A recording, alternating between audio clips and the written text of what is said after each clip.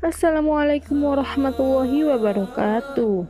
Pada kesempatan kali ini, Lights Media akan membahas tentang kisah-kisah para wanita mulia. Kami menukil dari buku Kisah Para Wanita Mulia yang ditulis oleh Azari Ahmad Mahmud. Semoga pahala jariah mengalir kepada beliau. Mari kita simak kisah nyata para wanita mulia ini. Sebelum itu, bantu support channel kami dengan menekan tombol subscribe-nya.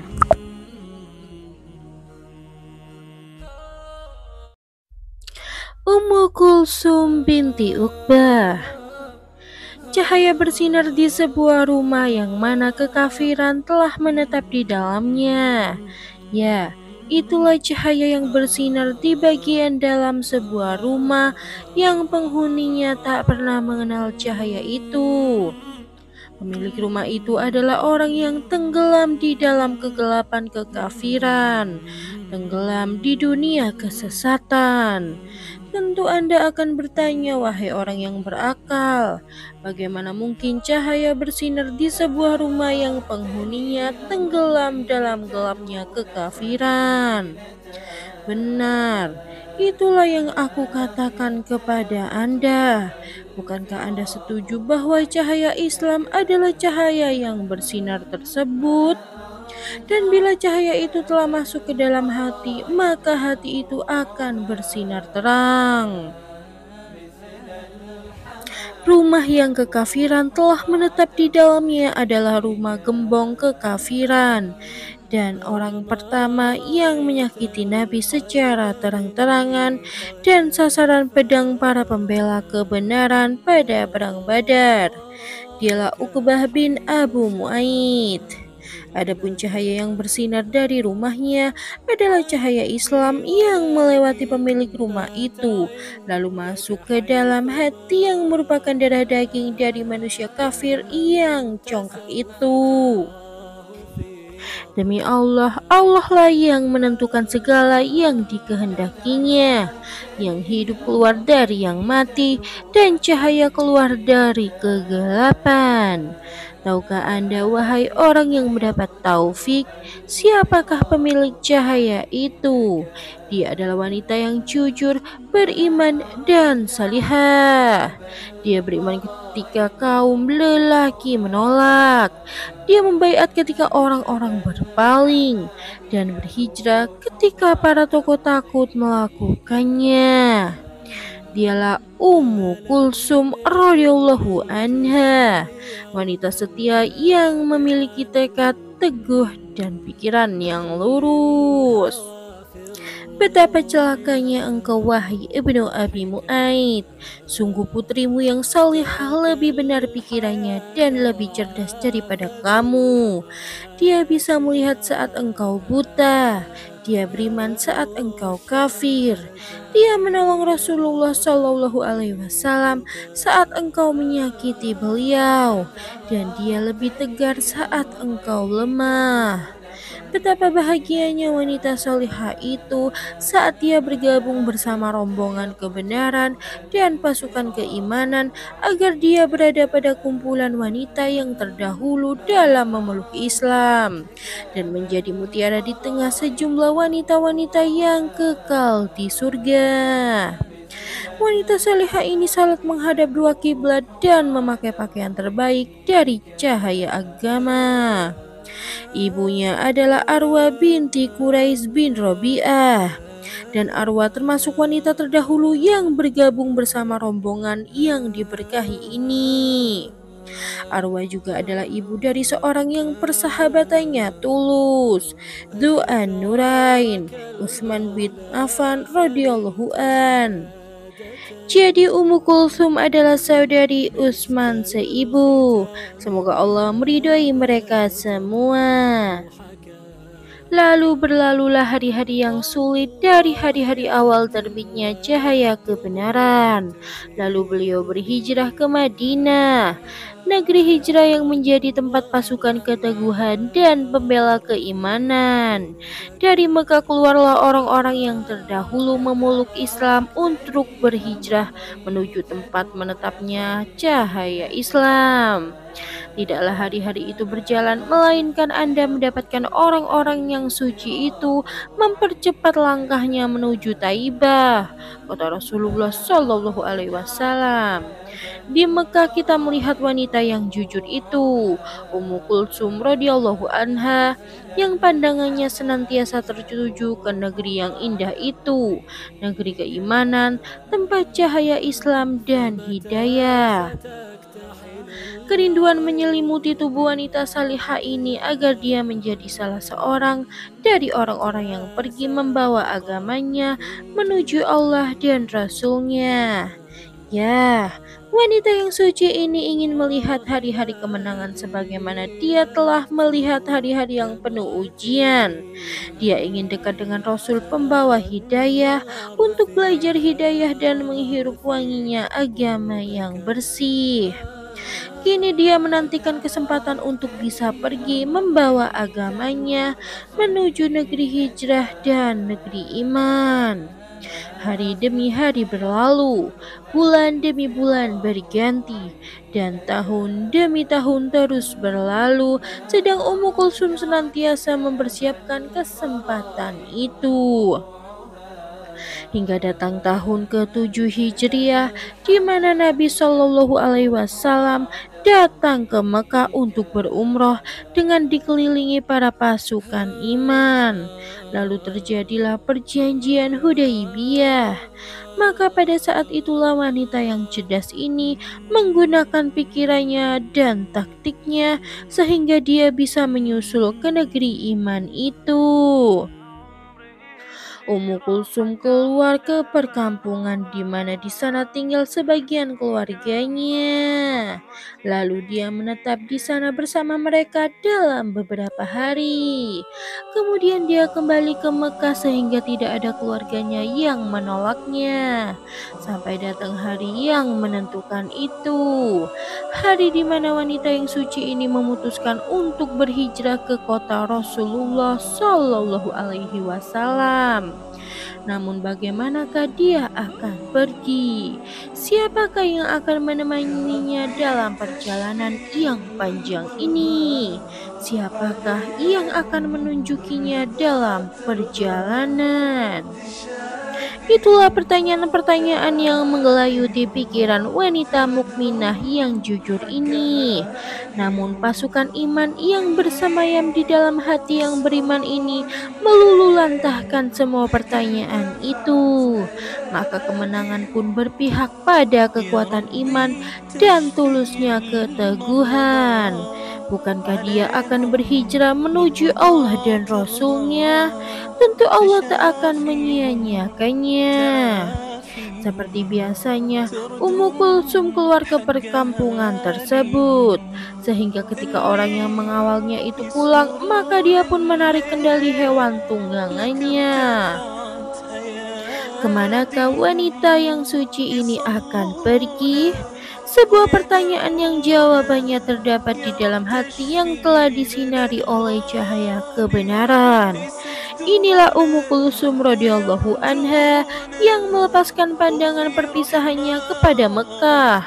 Lalu matanya tertuju ke sebuah negeri yang jauh di mana hati merindukan tempat itu. Tempat di mana Nabi Shallallahu Alaihi Wasallam dan para sahabat beliau yang baik berada di sana. Tempat hidayah dan cahaya. Berbagai angan-angan mempermainkan khayalan wanita mukminah ini. Akankah dia sampai ke negeri hijrah ataukah dia akan dikembalikan kepada keluarganya? Wanita tersebut pergi berhijrah kepada Allah dan Rasul-Nya. Dan kendaraannya terus melaju kencang menuju Taibah, kota Nabi Shallallahu Alaihi Wasallam. Baru saja dia berjalan, tiba-tiba ada seorang lelaki yang menghadangnya, lalu berkata kepadanya, "Kemanakah kamu akan pergi?" Dengan tekadnya yang kokoh dia menjawab, "Apa urusanmu dan siapakah kamu ini?" Orang itu menjawab, "Seorang lelaki dari kabilah Khuza'ah." Mendengar apa yang dia sampaikan bahwa dia berasal dari kabilah Khuza'ah, hatinya merasa tentram karena Khuza'ah masuk dalam perjanjian Nabi Shallallahu Alaihi Wasallam. Ummu Kulsum berkata, "Aku adalah seorang wanita dari kabilah Quraisy dan aku ingin menyusul Nabi Shallallahu Alaihi Wasallam, tetapi aku tak tahu jalan." Laki-laki itu berkata, "Aku akan menemanimu sampai aku antar kamu ke Madinah." Begitulah akhirnya, satu rintangan telah teratasi bagi wanita yang jujur ini untuk pergi menuju Madinah dengan aman dan nyaman bersama seorang laki-laki yang berada dalam perjanjian Rasulullah Shallallahu Alaihi Wasallam. Laki-laki itu menuntun untanya dalam keadaan tidak berbicara kepadanya sepatah kata pun. Lalu bila mereka mampir di sebuah tempat, maka dia menurunkan untanya dan menjauhkan diri darinya. Lalu bila Kulsum telah turun, maka dia mendatangi untanya dan mengikatnya di sebuah pohon. Lalu dia menjauh ke tempat bernaung. Bila tiba saatnya untuk berjalan lagi, dia mendekatkan untanya kepadanya dan berpaling menjauhinya. Setelah Kulsum menaikinya, maka dia memegang kepala unta itu lalu berangkat dengan mengendalikannya tanpa menoleh ke belakang sampai mereka mampir lagi di suatu tempat. Dan keadaannya tetap seperti demikian hingga sampai ke Madinah. Ya, akhirnya Kulsum tiba di Madinah sehingga tercapailah cita-cita yang amat mahal itu untuk meletakkan kakinya di bumi Taibah, negeri iman. Namun di manakah wanita yang berhijrah ini akan tinggal setelah dia melakukan perjalanan panjang? Kulsum menuju pojok rumah yang suci itu, rumah Nabi Shallallahu Alaihi Wasallam. Lalu dia mendatangi Salamah, istri Nabi dengan bercadar, sehingga Salamah tak dapat mengenalinya. Akhirnya dia menyebutkan nasabnya dan membuka wajahnya. Maka Salamah sangat senang dan dia menemaninya. Salamah berkata kepadanya, "Engkau telah berhijrah kepada Allah dan Rasul-Nya."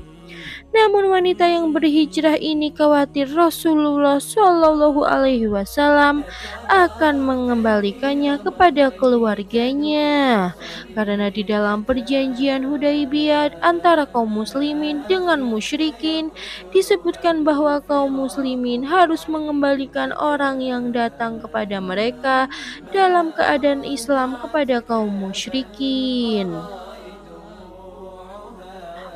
Kulsum berkata kepada Salamah, "Aku takut Rasulullah akan mengembalikanku seperti beliau mengembalikan Abu Jandal dan Abu Basir, sedangkan keadaan kaum wanita tidak sama dengan keadaan kaum pria."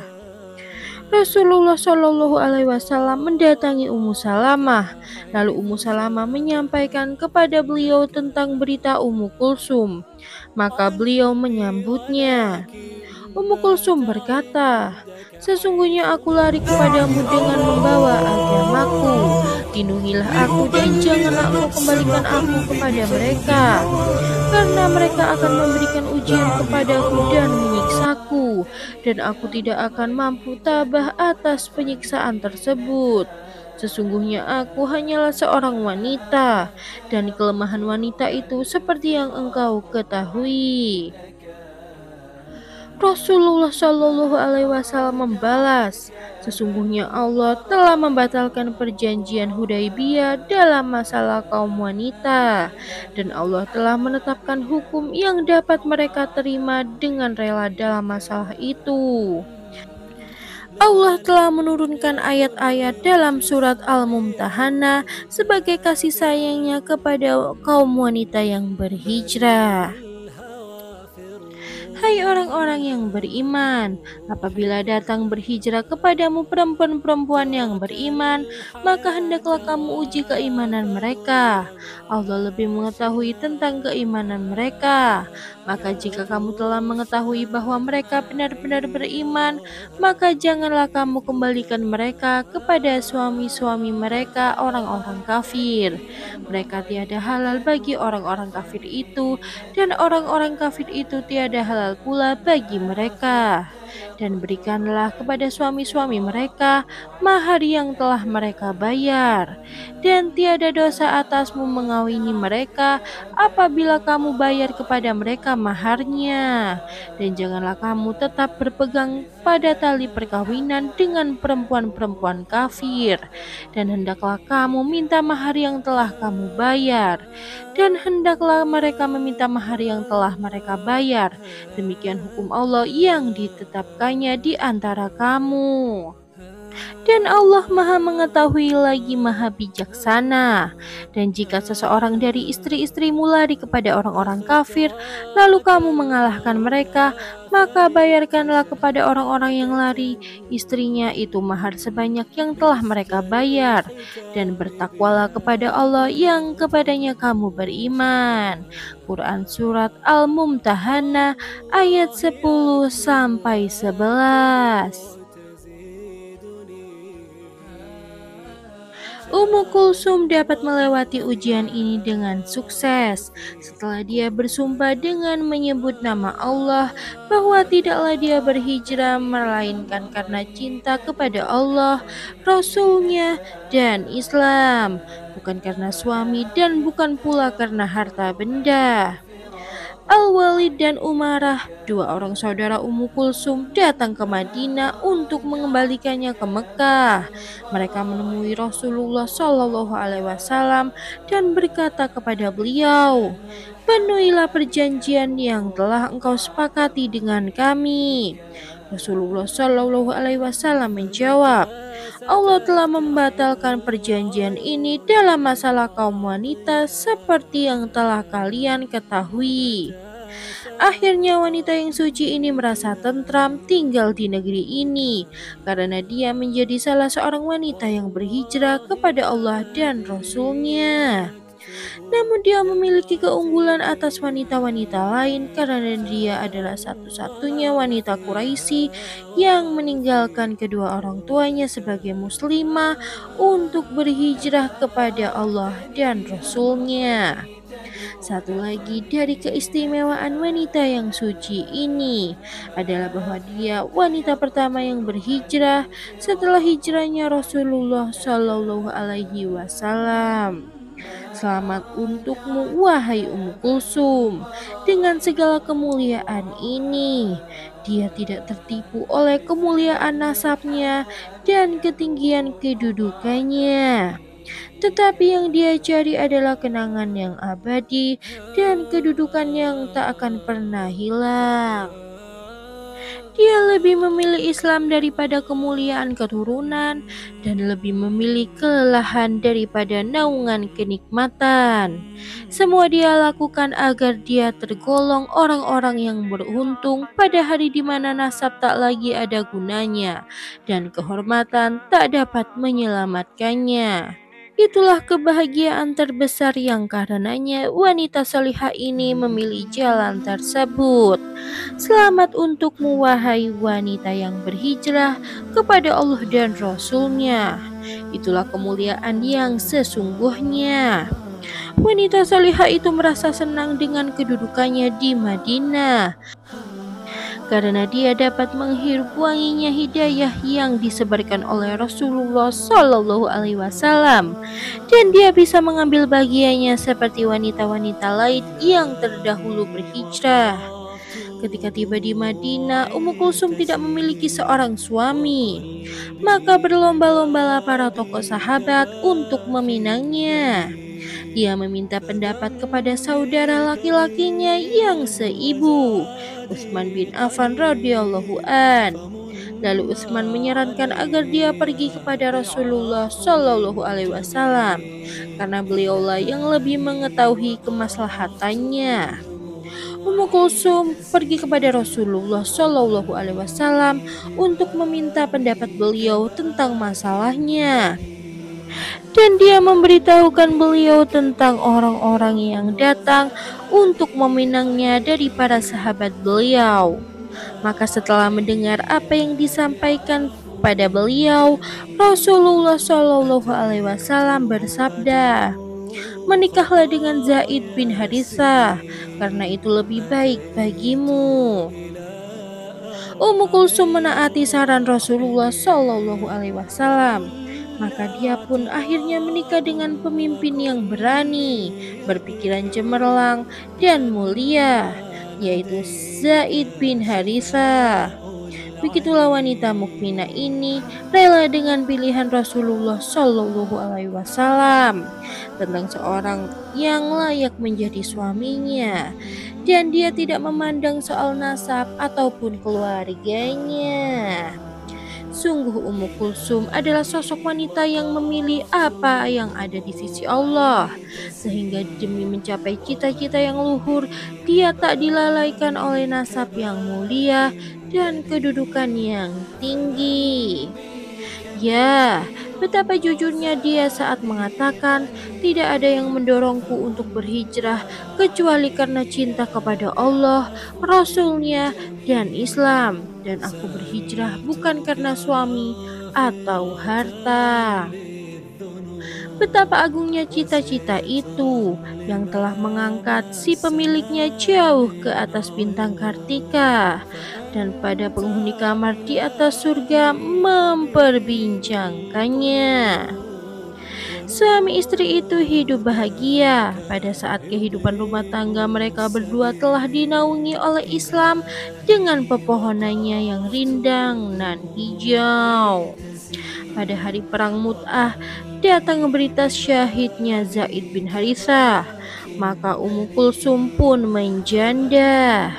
Kemudian dia dinikahi oleh Zubair bin Al-Awwam. Kemudian setelah kematian Az-Zubair, dia dinikahi oleh Abdurrahman bin Auf, dan sahabat terakhir yang menikahinya adalah Amr bin Al-Ash. Setelah pernikahan wanita yang terpelihara ini dengan Amr bin Al-Ash, dia tidak hidup lama, di mana akhirnya dia pergi meninggalkan dunia. Setelah melalui kehidupan yang dihiasi oleh berbagai situasi yang indah dan hari-hari yang dihiasi oleh berbagai kemuliaan yang agung, Ummu Kulsum meninggal dunia pada tahun 40 Hijriah dengan meninggalkan berbagai kebaikan. Semoga Allah meridaimu, wahai wanita yang jujur, yang berhijrah kepada Allah dan Rasul-Nya, dan memperlihatkan sikap-sikap yang langka. Berbahagialah engkau, wahai wanita yang suci, wahai guru kaum wanita, dan betapa kuatnya tekadmu. Itulah tadi kisah Ummu Kulsum. Banyak sekali pastinya hikmah yang bisa diambil dari kisah tersebut. Dengan itu kami mohon pamit. Semoga kisah yang kami nukilkan ini bisa bermanfaat. Jangan lupa untuk selalu dukung channel kami dengan like, comment, and subscribe. Wassalamualaikum warahmatullahi wabarakatuh.